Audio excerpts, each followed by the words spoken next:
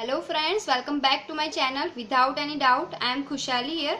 आज के वीडियो में हम एलसीएम निकालना सीखेंगे कि कैसे आप बहुत ही कम समय में और बहुत ही इजीली एलसीएम निकाल सकते हो। ठीक है, तो सबसे पहले मैं यहाँ पे एक एग्जांपल ले लेती हूँ। सपोज 2, 6 एंड 8 नंबर्स दिए हुए हैं, इसका आपको एलसीएम निकालना है। ठीक है, तो सबसे पहले मैं आपको ट्रेडिशनल मेथड दिखाती हूँ जिसके थ्रू आप जनरली सभी लोग एलसीएम निकालते हैं। ठीक है, तो आप देखिए वो मेथड कितना लेंथी हो जाएगा। आप क्या करते हो, इसमें सबसे पहले आप 2 से डिवाइड करते हो। 2 1 जा 2, 2 3 जा एंड 2 4 जा। ओके, फिर आप फिर से इसको 2 से डिवाइड करोगे।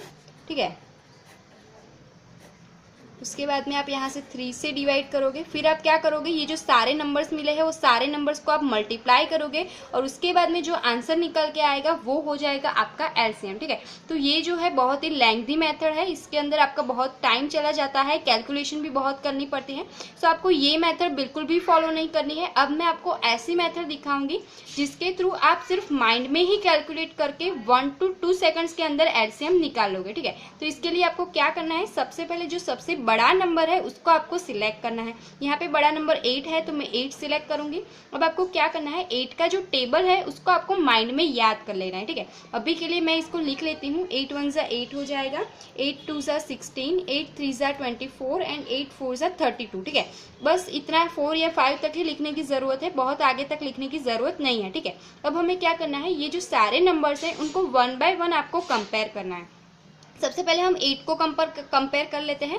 2 के टेबल में 8 आता है, हाँ आता है। 6 के टेबल में 8 नहीं आता है। ठीक है, तो ये हमारा एलसीएम नहीं होगा। अब हम 16 देख लेते हैं। 2 के टेबल में 16 आता है, 6 के टेबल में नहीं आता है, तो ये भी नहीं होगा हमारा एलसीएम। अब हम 24 देख लेते हैं।